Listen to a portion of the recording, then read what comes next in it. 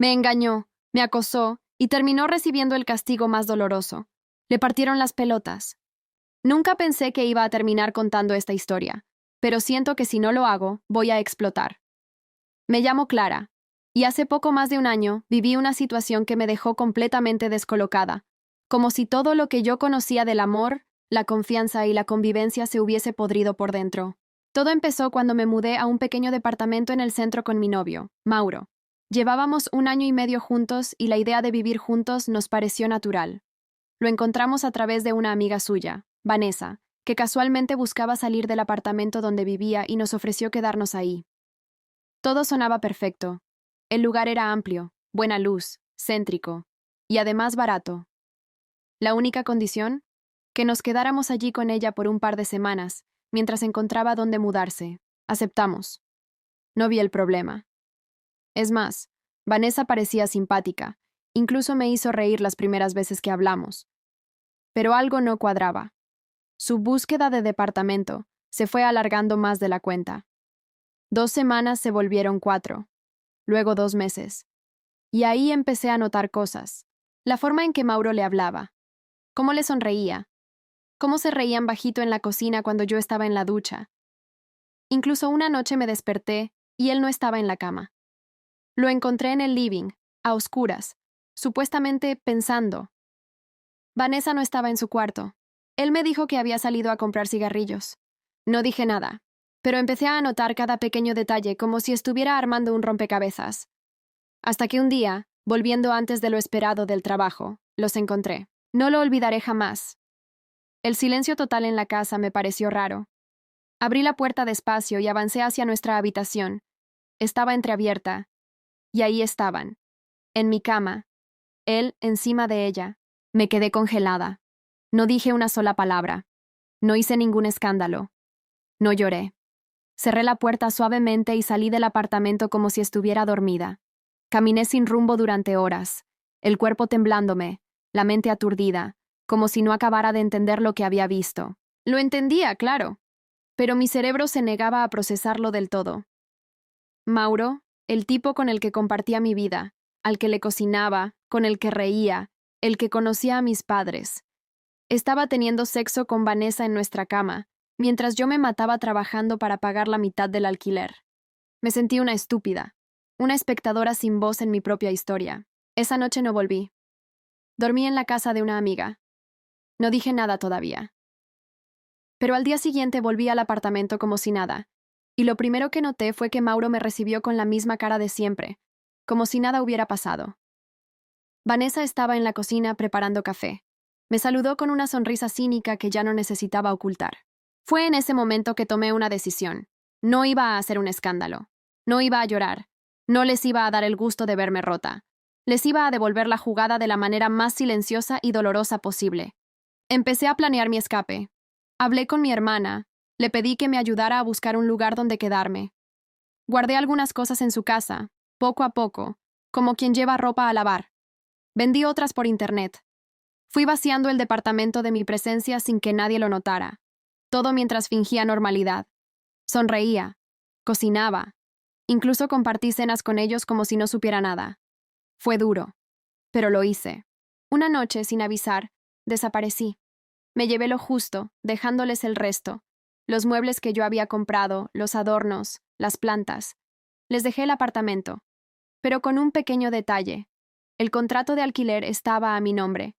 Mauro se había negado a firmar como titular porque no quería comprometerse con deudas. Así que yo pagaba. Yo tenía el poder. Llamé al dueño y le informé que dejaba el departamento, que no me responsabilizaba por lo que pasara con los ocupantes actuales. Cambié de número. Bloqueé a Mauro y a Vanessa de todas mis redes. Desaparecí. Por unas semanas, sentí algo cercano a la paz. Me mudé a un lugar pequeño pero acogedor, compartido con una amiga que sabía todo. Me dediqué a trabajar, a leer, a salir a caminar. Pero esa paz no duró. Mauro empezó a buscarme. Primero por redes, luego por conocidos. Me dejó mensajes con amigos, con mi hermana, hasta con mi madre. Quería hablar, explicarme. Decía que me extrañaba, que lo suyo con Vanessa no significaba nada, que estaba confundido. Luego los mensajes se volvieron más oscuros. No puedes simplemente desaparecer así. Me dejaste con todo encima, no es justo. Vamos a arreglar esto como adultos. No respondía nada, hasta que una noche lo encontré esperándome frente al edificio de mi nueva casa.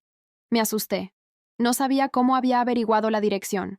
Se acercó como si nada, con una sonrisa torcida.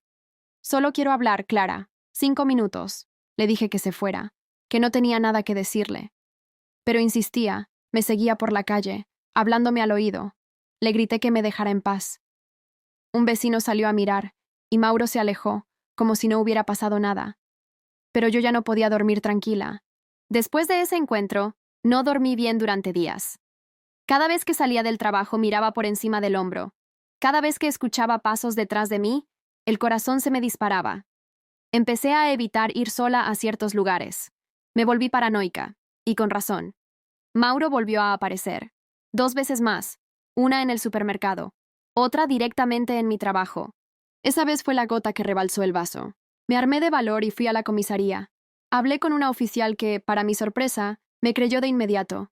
Me ayudaron a redactar una denuncia por acoso. Llevé los mensajes, los registros de llamadas, incluso las capturas de pantalla de los intentos de contacto que había hecho a través de conocidos.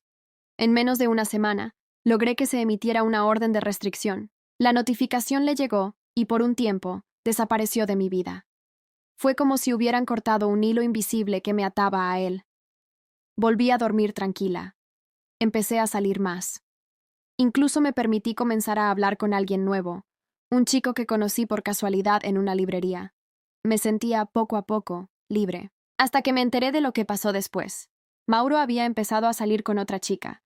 No supe su nombre al principio, solo que era del mismo círculo donde nos habíamos movido antes. Una amiga en común me contó que él estaba rehaciendo su vida, que se lo veía distinto. No le di importancia, hasta que esa misma amiga me llamó, semanas después, para decirme que esa nueva chica había terminado en el hospital. No por Mauro. No directamente, al menos. Fue ella la que le hizo algo a él. Me costó sacar los detalles, pero al final me enteré de todo. Ella se llamaba Jazmín. Y por lo visto, Mauro había intentado repetir el mismo ciclo con ella. Al principio dulce, encantador, carismático, luego controlador. Le revisaba el celular, le marcaba qué ropa ponerse, se ofendía si salía con amigas. Y cuando ella empezó a ponerle límites, él comenzó a seguirla, a aparecer sin avisar, a presentarse en su casa, a coincidir en lugares donde ella iba con otras personas. Pero Jazmín no era yo, ni era como muchas otras que se paralizan del miedo. Ella venía de otro mundo. Tenía hermanos mayores que la habían criado entre barrios bravos, y un carácter que no se dejaba aplastar fácilmente. Una noche, después de que Mauro apareciera por tercera vez frente a su casa, esta vez intentando entrar a la fuerza mientras ella volvía del trabajo, Jazmín no llamó a la policía. Salió con algo en la mano, un par de nudillos de metal, y se lo dejó claro. No hay forma delicada de contar esto, así que lo diré sin rodeos. Jazmín le partió las pelotas, literalmente. Con los nudillos de metal puestos, le metió un golpe directo entre las piernas que lo dejó doblado como un papel. Mauro cayó al piso gritando, retorciéndose, y antes de que pudiera arrastrarse o decir algo más, ella le gritó que si volvía a acercarse a ella o a cualquier otra mujer que conociera, no solo le iba a romper las bolas, que ya estaban a medio camino, sino que le iba a romper la cara también. No fue detenida. Varios vecinos declararon que él había intentado entrar por la fuerza, que no era la primera vez, que ella actuó en defensa propia. Mauro terminó en el hospital con una lesión testicular grave, y aunque no le dieron muchos detalles a la prensa, entre círculos cercanos se corrió la voz. Jazmín se volvió casi una leyenda entre algunas mujeres del barrio. Cuando me enteré, no supe cómo sentirme al principio. Parte de mí sentía alivio. Otra parte, miedo. Porque me di cuenta de que el tipo con el que había vivido, al que había amado, no era solo un infiel más. Era una amenaza. No sé si en algún punto me hubiese hecho daño físico a mí, pero lo que sí sé es que me drenó emocionalmente. Me manipuló. Me asustó. Me hizo sentir pequeña, insignificante. Y lo más irónico de todo es que no fue la justicia, ni las leyes, ni las denuncias las que lo frenaron. Fue una mujer con el temple suficiente para enfrentarlo sin dudar. Después del incidente, Mauro desapareció de la ciudad por un tiempo. Algunos dicen que se fue con la familia. otros que está en terapia. Yo no sé si cambió. No me interesa saberlo. Lo único que me importa es que no volvió a buscarme. Pasó un año desde entonces. Hoy vivo tranquila. Sigo en el mismo apartamento, con mi amiga, y con un gato que adopté. Mi vida se volvió más simple, más silenciosa, pero también más mía. Aprendí a poner límites, a identificar las señales, a no callarme más cuando algo me incomoda. A veces pienso en Jazmín. Nunca la conocí en persona, pero si algún día llego a cruzármela, le invitaría a un café. O dos. No porque la violencia sea la solución, sino porque a veces la vida no te da otra opción más que responder con la fuerza que te negaron durante mucho tiempo. Y si alguien tiene un problema con eso, bueno, que no se le ocurra pasarse de listo. Nunca imaginé que una historia tan retorcida, tan absurda, terminaría dándome una lección tan clara sobre mí misma.